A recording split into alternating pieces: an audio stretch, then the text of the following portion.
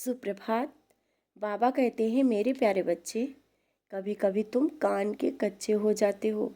कोई तुम्हें कुछ भी कहे, उसकी बातों पर इतनी जल्दी विश्वास कर लेते हो। स्वयं पर इतना विश्वास नहीं रहता और लोग तुम्हारी इन्हीं बातों का फ़ायदा उठाते हैं। जो बात उन्हें किसी से कहनी होती है ना, वो तुम्हारे माध्यम से पहुंचा देते हैं। और तुम सबके लिए अच्छा करते हुए भी कुछ बातें, जो भी सुनी सुनाई बातों को मन में आकर वो बातों को बिगाड़ लेते हो, रिश्तों को भी बिगाड़ लेते हो।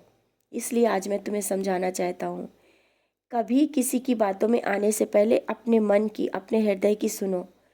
और हाँ, ये जो बीमारियाँ चल रही हैं, इसका मतलब ये नहीं कि मैं नाराज़ हूँ, मैंने तुम्हारा साथ छोड़ दिया, ये तुम्हारी पूजा में कमी है। बच्चे, ये सब जो मन में तुम्हारी बातें हैं ना, उन्हें मन से निकाल दो। मैं जिसे एक बार पकड़ता हूँ ना, कभी नहीं छोड़ता। जब तुम परेशान होते हो, उस समय मैं तुम्हारे साथ ही रहता हूँ। और तुमने देखा भी होगा, जब तुम किसी डॉक्टर को दिखाने जाते हो, मैं तुम्हारे साथ ही रहता हूँ और दर्शन देते हुए अपने होने का एहसास देता हूँ। और हाँ, हॉस्पिटल में तुमने मेरे दर्शन किए। बच्चे, सब ऐसे ही नहीं होता। मैं तुम्हारे कष्टों और बीमारियों को सही मार्ग तय कर रहा होता हूँ और काट रहा होता हूँ। और हाँ, क्यों सुबह सुबह किसी के साथ बहस कर रहे हो? क्यों चिल्लाते हो? क्यों गुस्सा करते हो? बच्चे, सुबह की शुरुआत ध्यान और साधना से शुरू किया करो, ना कि चिल्लाते हुए और गुस्सा करते हुए। अब मन को शांत करो और जो भी कार्य करो शांति से। सुबह अच्छी होगी तो पूरा दिन तुम्हारा खुशमय हो जाएगा। और हाँ, क्यों दुखी होते हो कि मैं तुम्हें शिरडी नहीं बुला रहा हूँ, मंदिर नहीं बुला रहा हूँ? मैं तुम्हारी क्यों नहीं सुनता? बच्चे, आज मैं तुम्हें कुछ कहना चाहता हूँ। मैं तुम्हें शिरडी जल्दी बुलाऊंगा, लेकिन इससे पहले जो जिम्मेदारी है ना, उसे पूरा कर लो। क्योंकि मैं नहीं चाहता कि तुम अपने कर्म और जिम्मेदारियों को छोड़कर शिरडी आओ।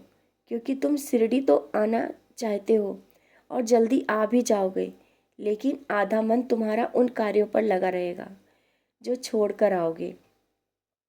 इसलिए पहले अपने सारे कार्य अच्छे से कर लो। और हाँ, जो किसी की जिम्मेदारी है ना तुम्हारे ऊपर, उसे भी तुम अच्छे से पूर्ण कर रहे हो। और जैसे ही वो सब कार्य हो जाएंगे, तुम शिरडी आ जाओगे।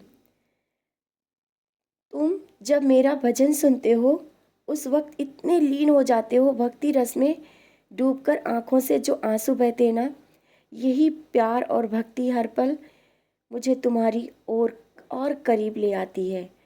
और हाँ, जो लोग चमत्कार की आस लगाए हैं, उनसे मैं कहना चाहता हूँ, क्या अपने साईं को जानने में भी तुमने गलती की, या तुम पहचान नहीं पाए हो जो तुम्हें चमत्कार की ज़रूरत पड़ रही है? हाँ, फिर भी मैं तुम्हारे घर में हर पल चमत्कार दिखाता ही रहता हूँ।